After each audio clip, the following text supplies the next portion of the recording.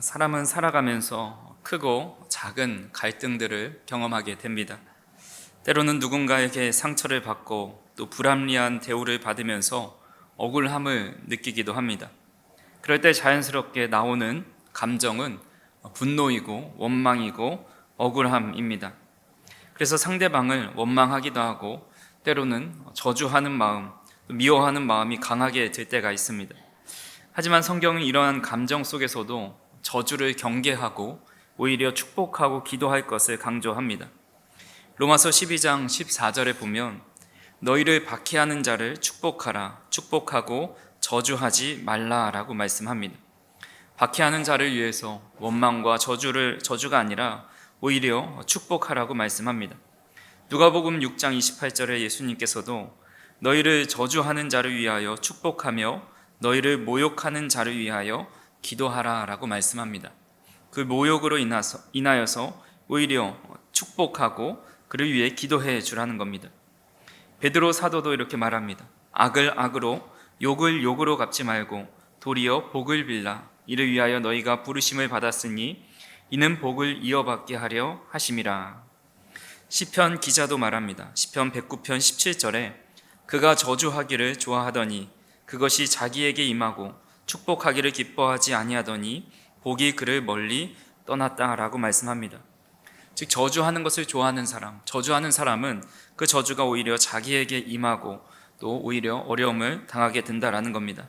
그래서 하나님께서 원하시는 것은 사랑과 용서, 또 우리가 받은 은혜를 따라 자비를 베풀기를 원하십니다. 그런 본이 되는 모습을 보여주시기 위해 주님께서 이 땅에 오셨고 또 십자가에 못 박으라 침뱉고 저주하고 조롱하는 자들을 위해 십자가에 달려 죽으시고 그들을 용서하여 주셨습니다. 그런데 오늘 우리가 읽은 시는 그런 성경의 말씀과 대립되는 그런 말씀 같아 보입니다. 오늘 우리가 읽은 시는 다윗의 저주시입니다. 시편에는 3편의 저주시가 있는데 시편 58편, 또 109편, 137편입니다. 늘 하나님의 말씀에 순종하려고 했던 다윗이 저주하는 시를 썼다는 것에 대해서 또 다른 사람을 미워하는 마음을 가진 것에 대해서 참 놀라운 마음이 듭니다. 하지만 다윗도 어쩔 수 없는 사람이기 때문에 그의 마음 가운데도 저주하는 마음, 또 미워하는 마음이 들지 않았을까라고 생각하기가 쉽습니다. 물론 다윗도 우리와 같은 성정을 가진 아주 연약한 사람입니다. 하지만 이 본시는 저주시로 분류되긴 하지만 그의 개인적인 원한 때문에 기록한 시가 아닙니다. 악한 자들이 하나님의 공의를 무시하는 것에 대해서 의로운 분노에서부터 비롯된 겁니다. 당시 재판관들은 부패하여서 정의를 왜곡하였고 힘없는 자들을 억압하는 것을 보고 하나님께 정의를 호소하면서 시를 지은 것입니다. 다윗이 하나님의 공의를 무시하는 대적자들을 향해서 얼마나 크게 분노하고 있는지, 불의한 세력에 대한 하나님의 심판을 얼마나 간절하게 기도하고 또 바라고 있는지를 우리 공동 번역을 통해서 좀 더 생동감 있게 한번 읽어보도록 하겠습니다. 권력 잡은 자들아, 너희는 정말 바른 판결을 내리는가? 백성에게 공정한 재판을 하는가? 너희는 속으로 거짓을 꾸미고 세상에서 너희 손이 멋대로 하지 않느냐? 모태에서부터 잘못된 자들, 나면서부터 빗나가서 거짓말만 하는 자들, 독사같이 독이 서리고 살무사처럼 제 귀를 틀어막고는 솜씨 좋은 마술사의 소리도 홀리는 요술사의 소리도 듣지 않는다. 하나님, 그들의 이빨을 그 입안에서 부수소서. 야훼여, 저 사자들의 송곳니를 부러뜨리소서. 저들을 물이 흘러 없어지듯이 풀이 밟혀 시들듯이 유산하는 여인의 몸에서 핏덩이가 쏟아지듯이 달팽이의 진액이 말라 버리듯이 난데없이 불어닥친 회리바람에 싱싱하던 가시덤불 말라 버리듯이 만드소서. 착한 사람들이 악인의 피로 발을 씻고 그 보복당함을 보고 기뻐하게 하소서. 그리하여 사람들이 이르기를 과연 착한 사람이 상을 받는구나, 하나님이 계셔 세상을 다스리시는구나 하게 하소서. 아멘. 다윗이 얼마나 그 잘못된 통치자들, 악한 통치자들을 향해서 강한 저주의 기도를 하고 있는지를 잘 살펴보았습니다. 이 외교에 사용되는 용어 중에 패싱이라는 단어가 있습니다. 패싱이라는 단어는 어떤 국가가 주요 국제 협의나 결정에서 배제되는 현상을 의미합니다. 예를 들어서 1950년 6.25가 발발하고 1953년 7월 27일에 휴전 협정이 체결됩니다. 근데 그 휴전 협정 과정에서 우리나라가 배제되었습니다. 당시 휴전 협상 서명자는 유엔군, 북한군, 중국군입니다. 우리 한국군은 휴전 협정에 직접 서명을 하지 못하였습니다. 전쟁의 가장 큰 피해자인 한국이 정작 평화의 논의에서 제외된 것은 당시 우리나라는 그만큼 힘이 없는 아주 약소국가였기 때문입니다. 최근에 미국의 도널드 트럼프 대통령이 우크라이나와 젤렌스키 대통령에 대해서 여러 차례 강경한 발언을 하였죠. 트럼프 대통령은 젤렌스키 대통령을 향해서 독재자라 지칭합니다. 우크라이나에서 선거가 치러지지 않고 있고 또 전쟁을 3년이나 끌고 간 것에 대한 이 무능력함과 협상의 의지가 없다라는 듯한 그런 발언을 한 것입니다. 그러면서 이 미국 트럼프 대통령은 우크라이나를 배제한 채 러시아와 이 종전 협상을 진행하고자 하면서 우크라이나를 협상에서 소외시키는 우크라이나 패싱으로 해석하면서 이 국제사회에 큰 비난을 받고 있습니다. 이런 모습이 바로 우리 한국 패싱도 일어나지 않나 그런 우려도 있습니다. 우크라이나가 3년 동안 전쟁으로 고통받는 것은 그의 나라의 잘못이 아니죠. 우크라이나를 침범한 러시아에게 그 근본 원인이 있고 또 그 나라에게 잘못과 책임을 물어야 하는데 이 약소국인 우크라이나가 제대로 협상을 하지 않고 또 대통령이 독재를 하려 한다, 무능하다 이런 이야기를 하고 있는 겁니다. 이런 일을 당하는 우크라이나 사람들 얼마나 억울할까요? 일제의 억압을 겪은 것이 조선의 잘못이고 6.25를 치르게 된 것이 우리나라의 잘못이라는 식으로 말하는 것처럼 억울한 일은 없을 것입니다. 하지만 세상의 재판장들은 구분 공의를 가지고 세상을 판단하고 힘을 가진 자에게 좋은 판결을 내립니다. 우리 사회에 일어나는 수많은 문제들도 힘이 있으면 솜방망이, 또 힘이 없으면 강철방망이 처벌을 받게 되는 사례들이 있습니다. 몇 년 전에 한 버스기사가 이 승객의 요금 800원을 횡령한 혐의로 고소되었습니다. 그때 당시 법원은 이 작은 금액이라도 신뢰를 저버린 행위다 해서 그를 이 버스 기사에서 해고당하는 것을 정당화하였습니다. 근데 한편에 어떤 검사가 85만 원 상당의 향응을 받은 사실이 드러났는데 그때 정직 2개월 비교적 가벼운 징계를 받게 됩니다. 85만 원은 800원에 비해서 1000배에 달하는 금액입니다. 이렇게 많은 차이가 남에도 불구하고 이 사회적 지위와 권력에 따라서 이 차별의 강도가 달라지고 또 법적인 정의와 형평성이 달라지는 것을 보게 됩니다. 본시에서 다윗은 그런 불공정한 세상과 재판장들이 이렇게 혈기를 치고 있고 활개를 치고 있는 그런 모습을 강하게 비판하고 있습니다. 우리 본문 1절을 한번 읽어보겠습니다. 통치자들아 너희가 정의를 말해야 하거늘 어찌 잠잠하냐 인자들아 너희가 올바르게 판결해야 하거늘 어찌 잠잠하냐. 통치자들은 자신의 정치적 관계와 또 스스로의 능력으로 통치권을 얻었다 또 쟁취하였다라고 생각을 합니다. 자신의 권력과 판결권이 자신의 것이라 생각을 하는 겁니다. 하지만 성경은 그들의 가진 권력과 통치권은 하나님께서 위임하셨다라는 것을 분명히 말씀합니다. 다니엘서 2장 21절에 보면 그는 때와 계절을 바꾸시며 왕들을 폐하시고 왕들을 세우시며 지혜자들에게 지혜를 주시고 총명한 자에게 지식을 주시는도다 말씀하고 있습니다. 하나님은 통치자를 세우시는 분이고 또 폐하시기도 하는 온 세상의 주권자이십니다.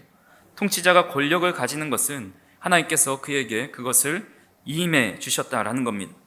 또한 로마서 13장 1절에서 2절 이렇게 말씀하고 있습니다. 같이 한번 읽어보겠습니다. 각 사람은 위에 있는 권세들에게 복종하라. 권세는 하나님으로부터 나지 않음이 없나니 모든 권세는 다 하나님께서 정하신 바라. 그러므로 권세를 거스르는 자는 하나님의 명을 거스름이니 거스르는 자들은 심판을 자취하리라. 각 사람이 있는 권세, 즉 통치자들은 하나님께로부터 온 것이기 때문에 그것에 복종해야 하고 그것을 거스르면 곧 하나님의 명을 거스르는 것이다 라고 아주 강하게 말씀하고 있습니다. 예수님께서 빌라도에게 이렇게 말씀하십니다. 예수께서 대답하시되 위에서 주지 아니하셨더라면 나를 해할 권한이 없었으리니 그러므로 나를 내게 넘겨준 자의 죄는 더 크다 하시니라. 빌라도는 생각했습니다. 자신이 예수님을 놓아줄 권한도 있고 십자가에 못 박을 권한도 있다 생각을 합니다. 하지만 그 권한도, 모든 권한도 하나님이 주지 않으셨더라면 그렇게 집행할 수 없었을 것이다 라고 주님께서 말씀합니다. 하나님께서는 세상의 통치자들에게 통치권과 권세를 주시면서 하나님께서 행하신 정의와 진실과 공의를 행하기를 원하셨습니다. 로마서 13장 4절 같이 한번 읽어보겠습니다. 그는 하나님의 사역자가 되어 내게 선을 베푸는 자니라. 그러나 내가 악을 행하거든 두려워하라. 그가 공연히 칼을 가지지 아니하였으니 곧 하나님의 사역자가 되어 악을 행하는 자에게 진노하심을 따라 보응하는 자니라. 통치자들은 하나님의 사역자가 되어서 하나님께서 부여하신 그 권한을 선하고 의롭게 사용해야 합니다. 하지만 통치자들은 하나님의 뜻을 저버렸고 정의와 공의를 행하지 않고 악을 행하며 살아갑니다. 다윗은 그렇게 악을 행하며 살아가는 통치자들을 향해서 어찌하여 정의를 말하지 않고 올바른 판결을 하지 않느냐라고 오히려 그가 더 크게 질책하는 것을 보게 됩니다. 이런 다윗의 모습을 보면서 우리 또한 세상의 통치자들을 두려워할 필요가 없다라는 생각을 하게 됩니다. 그들이 가지고 있는 권력과 힘은 하나님께로부터 위임받은 것이고 그들은 하나님 아래 속해 있는 자들이기 때문에 그들의 힘과 권력을 가진 것을 두려워할 것이 아니라 그것을 부여해 주신 그 하나님을 우리는 더 두려워하는 마음을 가져야 합니다. 하나님께 통치권을 부여받은 이들이 하나님을 두려워하는 마음을 가져야 하는데 그러지 못하고 자신의 뜻대로 살아갑니다. 다윗은 그들의 악행을 2절에서 5절에 이렇게 폭로하고 있습니다. 먼저 2절에 보니까 아직도 너희가 중심에 악을 행하며 땅에서 너희 손으로 폭력을 달아주는도다. 이 본문에 나온 폭력을 달아준다라는 것은 이전에 우리 개역 한글판 버전을 보면 손에 강포를 달아준다라고 표현하고 있습니다. 이 표현은 무게를 달아서 사고 파는 그런 장사를 언급하는 그런 언어입니다. 상인들은 그들이 사고 파는 물건의 무게를 정확하게 달아서 이렇게 정직한 저울로 장사를 해야 하지만 이들은 불이한 이익을 챙기고 있습니다. 즉 통치자들은 자신의 이익을 위해서 부정한 판결을 하고 백성들을 압제하며 폭력을 행사하고 있는 겁니다. 그런데 그런 부정한 저울, 폭력을 달아주는 것이 그들의 악을 행하려는 마음의 중심에서부터 시작된다라고 말씀합니다. 인간의 행위는 마음의 열매라는 말이 있습니다. 악행과 선행의 대부분의 행위가 이 마음의 생각과 계획에 따라서 나타나게 된다라는 겁니다. 우리 어릴 때 찰흙으로 다 무엇인가를 만들어 본 경험이 있으시죠? 그때 찰흙으로 무엇인가를 만들려고 할 때 먼저 해야 될 것이 무엇을 만들까에 대한 생각을 해봐야 합니다. 머릿속으로 어떻게 만들지를 먼저 구상한 다음에 만들기를 시작합니다. 아무런 생각 없이 무엇인가를 만들 수는 없는 겁니다. 우리가 건물을 건축할 때도 그 건물을 어떻게 지을지 이미 마음으로 생각해 이미지화하고 또 설계도를 그려 실제 건축을 하게 됩니다. 설계도를 벗어난 건축물은 제대로 설 수가 없는 겁니다. 사람의 행동도 마찬가지입니다. 만약에 사람의 마음이 악으로 가득 차 있다면 그것은 결국 우리의 행위로, 악한 행동으로 나타나게 됩니다.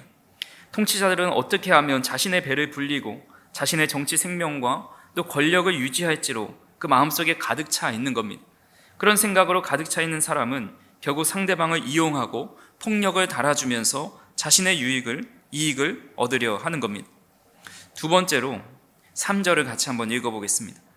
악인은 모태에서부터 멀어졌으며 나면서부터 곁길로 나아가 거짓을 말하는도다. 이 조셉 캐릴이라는 분이 이렇게 말을 했습니다. 사람은 얼마나 어려서부터 죄를 짓는지 또 얼마나 늦게 회개하는지 사람들은 나면서부터 곁길로 나아간다. 그들을 그대로 버려둔다면 죽을 때까지 회개하지 않을 것이다. 그들은 결코 돌아오지 않을 것이다 라는 말을 하였습니다. 독사는 아무리 어려도 독을 품고 있습니다. 죄악된 본성을 가진 우리 인간은 자연스럽게 죄악을 행하며 거짓을 말하며 살아갑니다.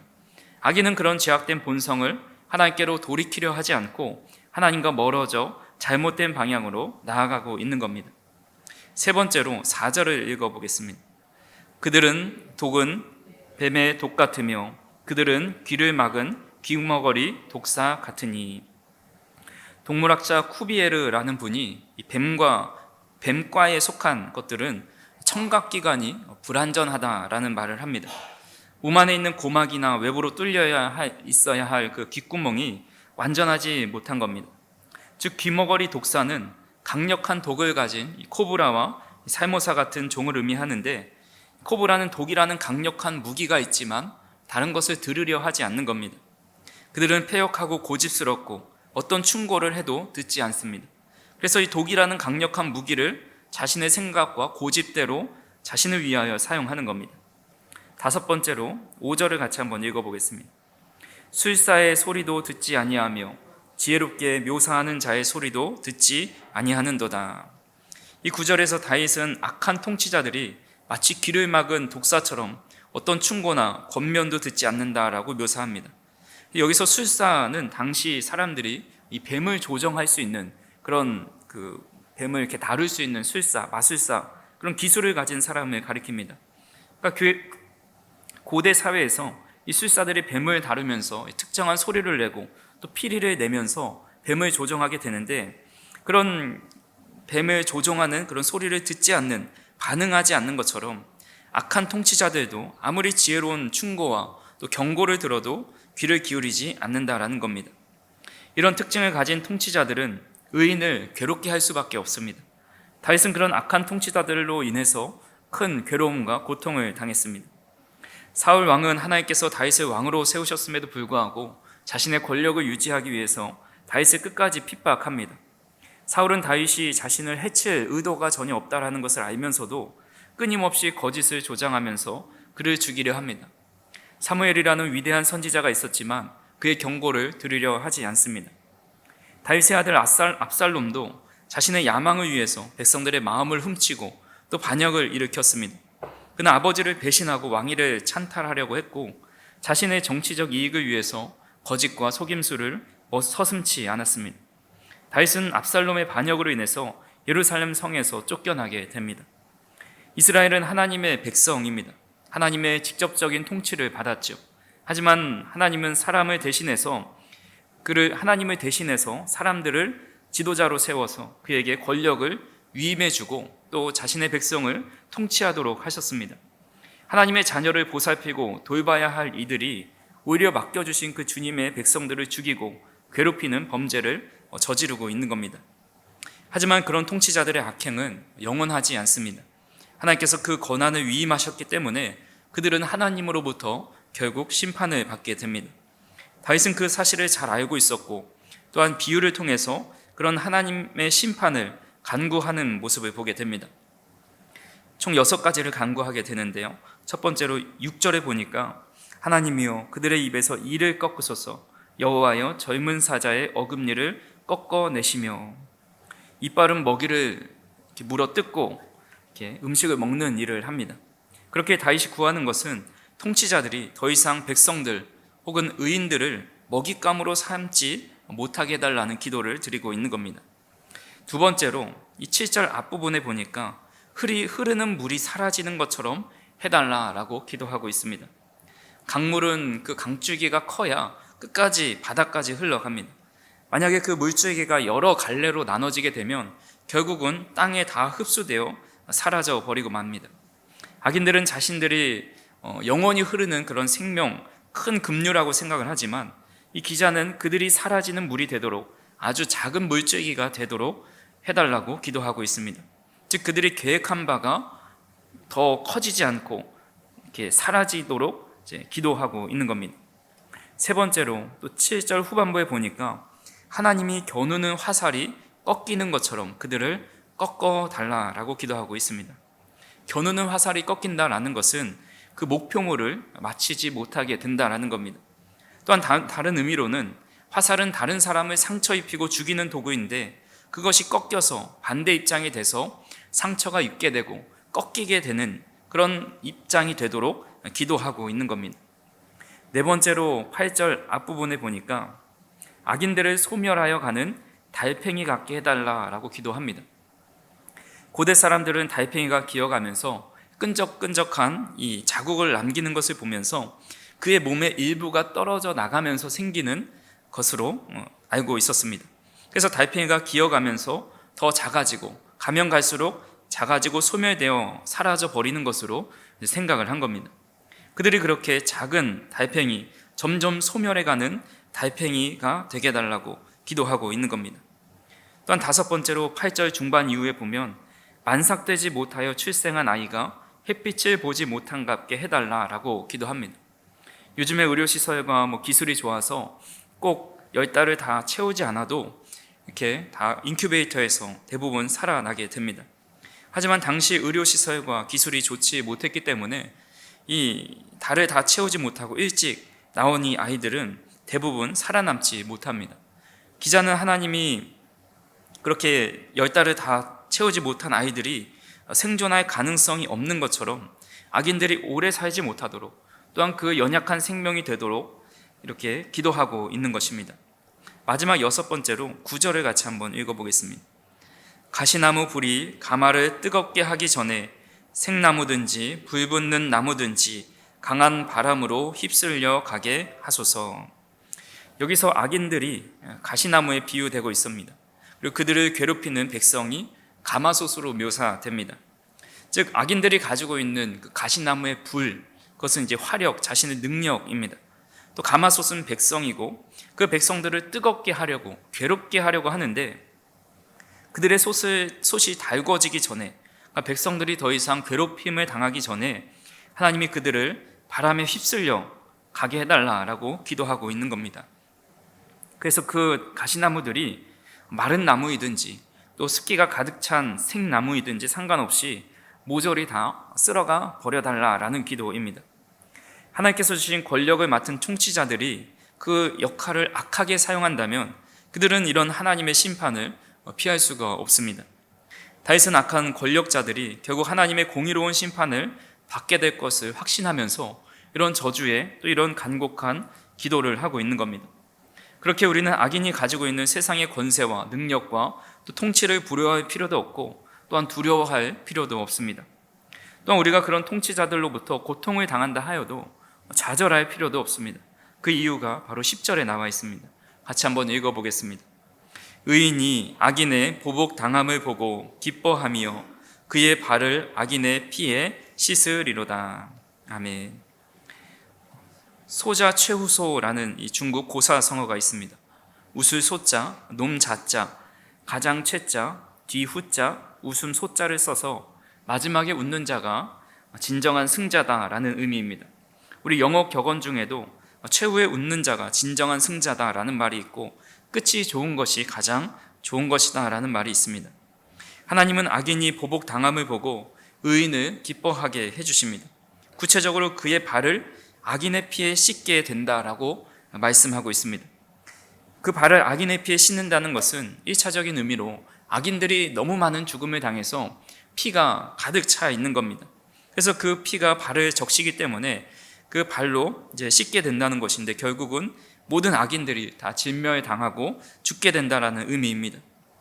또한 한 걸음 더 나아가서 이 대적의 피로 발을 씻는다는 것은 완전한 승리를 의미하는 그런 상징적인 표현입니다. 하나님의 개입으로 의인이 악인들을 완전히 제압하게 발 아래 두게 된다라는 표현입니다. 다윗은 지금 통치자들로 인해서 고통을 당하지만 공의와 정의의 하나님은 살아계셔서 결국 그가 기도한 대로 그들에게 그대로 임하게 되어 최후에는 기뻐하는 자, 즐거워하는 자, 웃는 자가 된다라고 고백하고 있습니다. 중요한 것은 다윗은 공의를 행하신 하나님은 공의가 사라져버린 것 같은 이 세상에 여전히 살아계시다라고 고백한 것입니다. 같이 한번 읽어보겠습니다. 그때에 사람의 말이 진실로 의인에게 갚음이 있고 진실로 땅에서 심판하시는 하나님이 계시다 하리로다. 아멘. 하나님이 계시다라는 말은 존재한다, 나타난다라는 의미를 가지고 있습니다. 여기에 이 진실로라는 말과 함께 쓰이면서 참으로 확실하게 계시다, 명백하게 드러난다라는 뜻이 됩니다. 다윗은 하나님이 참으로 존재하고 명백하게 드러나는 분으로 믿었기 때문에 이 불의한 통치자들로부터 쫓기고 또 죽음의 위협을 당해도 자신의 손으로 그들을 심판하고 또 판결하고 원수를 갚으려 하지 않았습니다. 우리가 잘 알고 있듯이 그가 사울을 죽일 수 있었음에도 그에게 손을 대지 않았고, 압살롬을 즉시로 제압해 버릴 수 있었음에도 그가 하는 일에 수동적으로 대처하였습니다. 하나님께서 그들을 심판하실 것을 확실히 믿었기 때문입니다. 우리가 살아가는 이 세상은 정의와 진실이 비웃음을 당하고 또 불의와 거짓이 난무하는 세상입니다. 그런 세상을 살아가다 보니까 우리는 불의한 통치자들과 세상의 부조리로 인해서 고통받고 억울함을 경험하기도 합니다. 하지만 다윗이 시편 58편에 고백한 것처럼 하나님께서는 살아계시고 공의의 심판을 행하시는 분이십니다. 하나님은 악한 자들의 꾀를 무너뜨리시고 의인들에게 결국 승리를 가져다 주십니다. 그렇게 우리는 불의를 보면서 좌절하지 않고 낙심하지 않고 하나님의 공의를 끝까지 신뢰하며 살아가야 합니다. 특별히 요즘 우리나라의 모든 정세를 보면 정말 국민들의 마음을 어렵게 하고 또 힘들게 하고 하나님의 공의와 심판을 또 정의를 정말 간절히 구하는 시기입니다. 우리는 그런 나라의 모습을 보고 또 통치 지도자들을 보면서 그들에게 하나님께서 부여해 주신 그 권한을 우리 백성들, 국민들을 위해서 잘 사용할 수 있도록 그들을 위해 끊임없이 기도해 주어야 하고, 그런 이 무서운 심판이 그들의 삶 가운데 일어나지 않도록 우리는 늘 깨어 기도하고 또 우리가 공의와 정의가 이 땅에 실현되도록 하나님께 간절히 기도해야 합니다. 어떤 상황 속에서도 하나님이 통치하시지 않는 것 같은 상황, 하나님의 공의가 사라져버린 것 같은 상황 속에서도 하나님은 반드시 살아계셔서 이 땅에 하나님의 공의와 정의를 행하신다라는 사실을 믿고 우리는 우리가 있는 자리에서 늘 지도자들을 위해 기도하고 하나님의 공의와 정의가 이 땅에 살아나 정말 정직하고 바르게 살아가는 주님의 백성들이 기뻐하며 찬양하며 웃을 수 있는 날이 속히 올 수 있게 해달라고, 또 그것이 그날이 반드시 온다라는 사실을 믿고 담대하게 우리가 기도하며 낙심치 않고 살아갈 수 있는 저 우리 성도님들이 되기를 간절히 소망합니다.